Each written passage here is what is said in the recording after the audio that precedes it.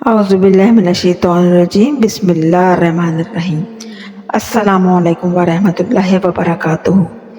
The dream of اسلام میں آج بنی اسرائیل قوم کے ایک ولی اللہ اور ایک عورت کا قصہ عرض ہے۔ حضرت ابن عباس حضرت کعب بن عامر رضی اللہ تعالیٰ عنہ کی روایت سے منسوب ایک واقعہ عرض کرتے ہیں کہ قوم بنی اسرائیل میں ایک جید پرہیزگار متقی عالم اللہ والا ایک درویش بندہ رہا کرتا تھا۔ یہ اپنے حجرے میں یاد الہی اور عبادت الہی میں مشغول رہتا۔ اس کو دنیا اور دنیا والوں سے کوئی شغف نہ تھا۔ اس عظیم درویش کے پاس صبح شام بادشاہ وقت حاضری دیتا اور اس کی صحبت سے فیض یاب ہوتا۔ بادشاہ ہر دم اس درویش سے ہم کسی بھی کام، کسی بھی خدمت، کسی بھی ضرورت کے بارے میں پوچھتا کہ یا حضرت کوئی کام ہو تو بتائیں، کوئی ضرورت ہو تو بتائیں۔ تو اس درویش کا جواب ہمیشہ ایک ہی ہوتا کہ میرا رب میری ضرورت سے بخوبی واقف ہے۔ اس درویش کے حجرے پر ایک انگور کی بیل اگی ہوئی تھی جو ہر روز ایک انگور اگاتی اور پاس ہی ایک تھوڑا سا پانی کا چشمہ تھا۔ جب اس درویش کو پیاس لگتی تھی وہ اپنا ہاتھ آگے بڑھا لیا کرتا اور پانی ابل پڑتا اور وہ اس پانی کو پی کر اپنی پیاس بجھا لیا کرتا۔ اسی طرح شب و روز گزرتے رہے۔ ایک دن مغرب کے وقت اس اللہ والے کے پاس ایک عورت کی صدا آئی جو نہایت خوبصورت تھی۔ اس عورت نے بآواز بلند کہا کہ اے اللہ والے، اے اللہ کے نیک بندے۔ جس کے جواب میں ان بزرگ نے فرمایا کہ لبیک۔ عورت نے کہا کہ کیا تمہیں تمہارا رب دیکھ رہا ہے؟ جواب آیا کہ اللہ دلوں کے حال بہت خوب جانتا ہے، جو قبروں میں بھی ہیں ان کے بھی اور جو باہر ہیں ان کے بھی، اور وہ ان کا اٹھانے والا ہے۔ عورت یہ سن کر کہنے لگی کہ مجھ سے میرا شوہر بہت دور ہے، اس لیے کیا تم آج مجھے ایک رات کے لیے اپنے حجرے کے کسی کونے میں جگہ دے سکتے ہو؟ درویش یہ سن کر بولا کہ ہاں، اوپر آ جاؤ۔ وہ عورت حجرے میں اندر آ گئی اور حجرے میں پہنچتے ہی اس عورت نے اپنے جسم کو اپنے لباس سے آزاد کر دیا اور بے لباس ہو گئی۔ اس متقی درویش کے سامنے جب اس نے اپنے آپ کو برہنہ پیش کر دیا تو یہ سب دیکھ کر بزرگ نے اپنی آنکھیں بند کر لیں اور فرمانے لگے کہ تو تباہ ہو جائے یا پھر تو خود کو ڈھانپ لے۔ یہ سن کر اس عورت نے جواب دیا کہ تیرا کیا جاتا ہے اگر آج کی رات تو مجھ سے فیض یاب ہو جائے تو۔ وہ بزرگ اس کی عورت کی بات سن کر اپنے نفس سے مخاطب ہوئے اور کہا کہ اے میرے نفس، تو میرے ایمان کو قائم رکھنے والے نفس ہے، تو ہی بتا کہ تو کیا چاہتا ہے۔ نفس کہنے لگا کہ اللہ کی قسم میں تو فائدہ اٹھانا چاہوں گا۔ یہ سن کر درویش نے نفس سے مخاطب ہو کر کہا کہ تو تباہ ہو جائے یا تو گندک کے دوزخ کے کپڑے کی آگ بن جائے اور آگ کے پاٹ میں لپٹتا رہے۔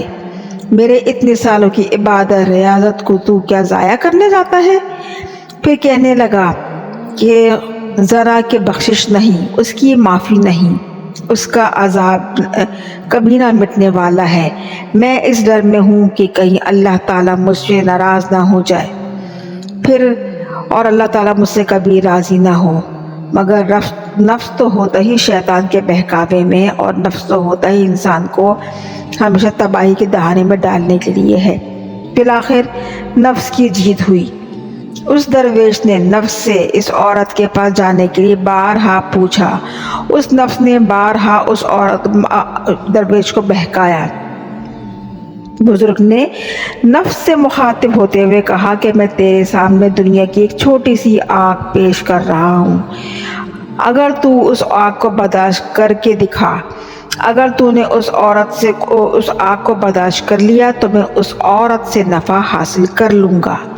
پھر بزرگ یہ کہنے کے بعد چراغ کی لو کو تیل سے بھر دیا اور چراغ کی لو کو خوب تیز کر دیا، اپنا ہاتھ اس جلتی ہوئی لو پہ رکھ دیا۔ یہ لو جل تو رہی تھی مگر اس درویش کے ہاتھوں کو جلا نہیں رہی تھی۔ یہ دیکھ کر بزرگ چیخ کے بولے تیرا کیا ہے، کیوں نہیں جلاتی چراغ؟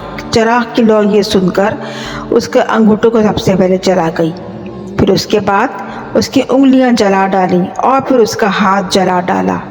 یہ نظارہ دیکھ کر اس عورت نے زوردار چیخ ماری اور مارے صدمے کے دنیا سے ہی کوچ کر گئی۔ پھر اس درویش نے اس عورت کے برہنہ جسم کو ڈھانکا اور اس کو کپڑے پہنائے۔ پھر صبح ہونے پر ابلیس ملعون نے چیخ چیخ کر انسانی صورت میں شور مچانا شروع کر دیا کہ اے لوگوں، فلاں بنت فلاں عورت سے فلاں بنت فلاں اللہ والے نے زنا کر لیا ہے اور زنا کرنے کے بعد اس عورت کو جان سے مار ڈالا ہے۔ جیسے ہی یہ روح فضا خبر بادشاہ وقت کے پاس پہنچی تو بادشاہ اپنی عوام، درباریوں اور اپنے لشکر کے ساتھ اس درویش کے حجرے پر جا پہنچا اور زور سے چلایا کہ اے درویش، فلاں کی بیٹی فلاں کیا تیرے پاس ہے؟ درویش نے جواب دیا کہ ہاں، میرے حجرے میں موجود ہے۔ یہ سن کر بادشاہ نے درویش سے کہا کہ اس عورت کو کہو کہ میری خدمت میں حاضر ہوئے۔ بزرگ نے کہا مگر وہ تو مر چکی ہے گزشتہ رات۔ یہ سن کر بادشاہ کہنے لگا کہ چونکہ وہ عورت تجھ سے زنا کے لیے راضی نہ تھی تو تو نے اسے جان سے ہی مار ڈالا، جس کو اللہ تبارک تعالیٰ نے حرام قرار دیا ہے۔ تو نے حرام پر حرام کام کیا۔ پھر بادشاہ وقت نے اپنے غیظ و غضب میں آ کر اس کے حجرے کو ڈھا دیا اور درویش کی گردن کو زنجیر میں جکڑ کر اسے گھسیٹنے لگا اور اس عورت کی لاش کو وہاں سے اٹھا کر اس کی خانقاہ سے کو گرا دیا۔ اس دور میں وہاں یہ رواج تھا کہ کسی بھی زانی کو آرے کے ساتھ چیر دیا جاتا تھا، اس کے جسم کو 2 ٹکڑے کر دیا جاتا تھا درس عبرت دینے کے لیے۔ درویش کا ہاتھ جو رات کو جل گیا تھا، درویش نے اپنا ہاتھ اپنی آستین کے اندر چھپا ڈالا تھا اور درویش اصل صورتحال کسی کو بتا نہیں چاہ رہا تھا۔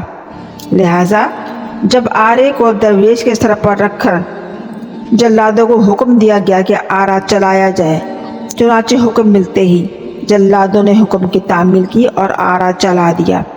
جیسے ہی آرا درویش کے دماغ تک پہنچا تو اس شدت تکلیف سے اس کی آہ نکلی۔ اللہ تبارک تعالیٰ نے فرمایا کہ اے میرے بندے، کچھ نہ بول، میں تیرا صبر دیکھنا چاہتا ہوں۔ اس کے صدمے میں میرا عرش برداروں کو اور میرے آسمان کے مکینوں کو رلا دیا ہے۔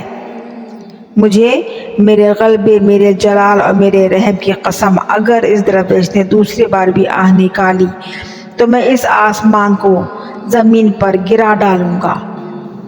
چنانچہ اس درویش آدمی نے دوسری آہ نہ نکالی اور خاموشی سے تکلیف جھیل گیا اور کسی کی حقیقت نہ بتائی، یہاں تک کہ وہ درویش اپنی جان سے ہاتھ دھو بیٹھا۔ جیسے ہی وہ متقین آدمی جہان فانی سے کوچ کر گیا، اللہ تبارک تعالیٰ نے اس مردہ عورت میں جان ڈال دی تاکہ اس درویش آدمی کی گواہی دے سکے اور وہ اس کی عزت کی، اس کی پاک بازی کی گواہی دے سکے اور بتا سکے کہ اس کے مرنے کی کیا وجوہات تھیں۔ جان پڑتے ہی عورت نے لوگوں کو مخاطب کیا اور گویا ہوئی کہ اللہ کی قسم، یہ مظلوم بے قصور مارا گیا ہے، اس نے کوئی زنا نہیں کیا تھا اور نہ ہی مجھے جان سے مارا تھا۔ پھر اس عورت نے گزشتہ رات ہونے والے سارے واقعے کو ہو بہو لوگوں کے سامنے سنا ڈالا۔ لہٰذا یہ حقیقت پھر ان کو دفنانے کے لیے قبریں کھودی گئیں تو اس قبر میں کستوری، عنبر، کافور کی سی مہک چاروں طرف پھیلی ہوئی تھی۔ پھر ان کا جنازہ پڑھنے کے لیے ان کی میتوں کو لایا گیا اور یوں ان کو کفنا دفنا دیا گیا۔ پھر اللہ تبارک تعالیٰ نے ان کی قبروں پر چنبیلی کے پودے کو اگایا۔ اللہ اپنے بندوں کو ان کی سختیوں کے عوض کتنا انعام نوازتا ہے۔